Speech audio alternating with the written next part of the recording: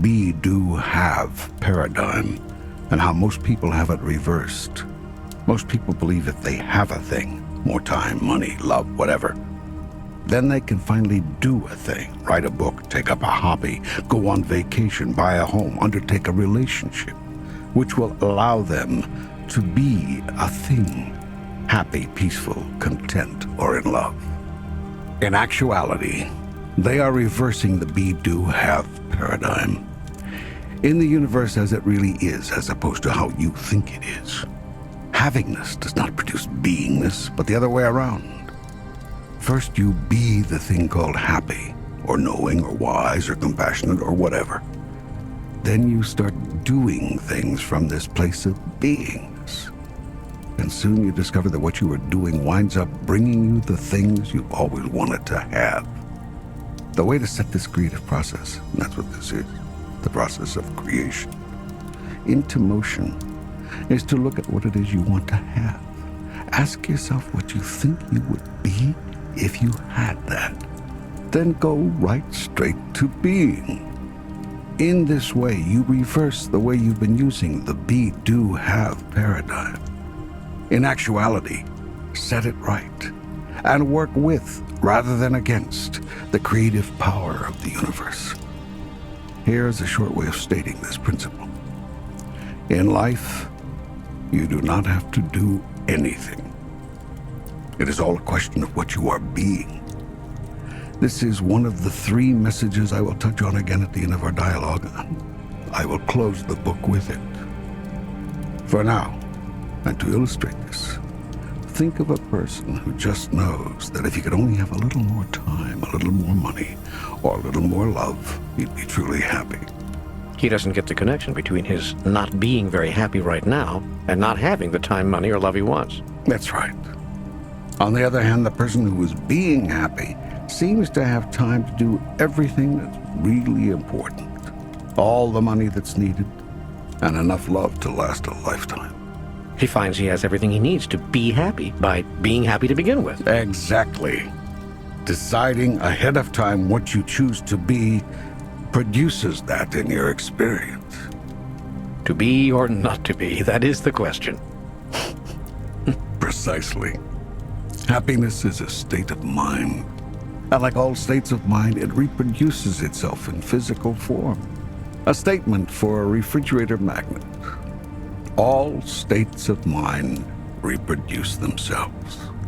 But how can you be happy to begin with? Or be anything you're seeking to be, more prosperous, for instance, or more loved, if you're not having what you think you need in order to be that? Act as if you are, and you will draw it to you. What you act as if you are, you become. In other words, fake it until you make it. Something like that, yes. Only you can't really be faking. Your actions have to be sincere. Everything you do out of sincerity, or the benefit of the action is lost.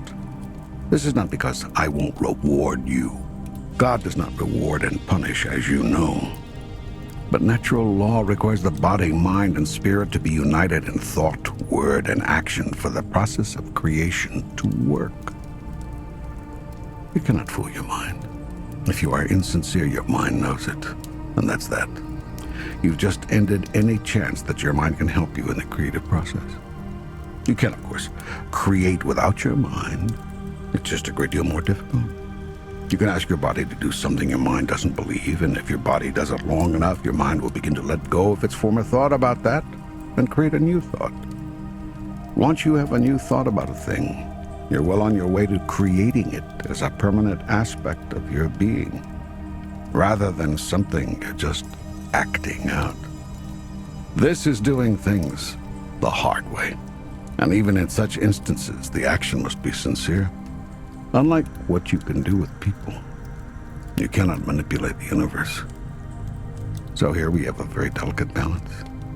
The body does something in which the mind does not believe, yet the mind must add the ingredient of sincerity to the body's action for it to work. How can the mind add sincerity when it does not believe in what the body is doing? By taking out the selfish element of personal gain. How? The mind may not be able to sincerely agree that the actions of the body can bring you that which you choose. But the mind seems very clear that God will bring good things through you to another. Therefore, whatever you choose for yourself, give to another. Would you say that again, please? Of course. Whatever you choose for yourself, give to another. If you choose to be happy, cause another to be happy. If you choose to be prosperous, cause another to prosper. If you choose more love in your life, cause another to have more love in theirs. Do this sincerely, not because you seek personal gain, but because you really want the other person to have that. And all the things you give away will come to you. But why is that so? How does that work? The very act of your giving something away causes you to experience that you have it to give away. Since you cannot give to another something you do not now have, your mind comes to a new conclusion, a new thought about you. Namely, that you must have this, or you could not be giving it away. This new thought then becomes your experience. You start being that.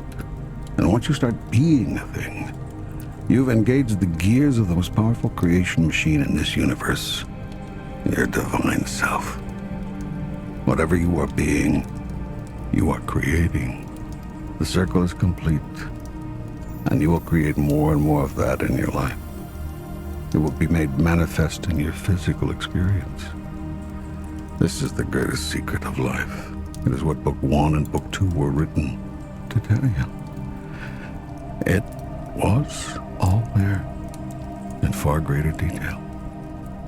Explain to me now, please, why sincerity is so important in giving to another what you choose for yourself. If you give to another as a contrivance, a manipulation meant to get something to come to you, your mind knows this. You've just given it a signal that you do not now have this. And since the universe is nothing but a big copying machine, reproducing your thoughts in physical form, that will be your experience. That is, you will continue to experience not having it, no matter what you do. Furthermore, that will be the experience of the person to whom you're trying to give it. They will see that you are merely seeking to get something, that you have nothing really to offer. And your giving will be an empty gesture, seen for all the self-serving shallowness from which it springs. The very thing you sought to attract, you will thus push away. Yet when you give something to another with purity of heart, because you see that they want it, need it, and should have it, then you will discover that you have it to give.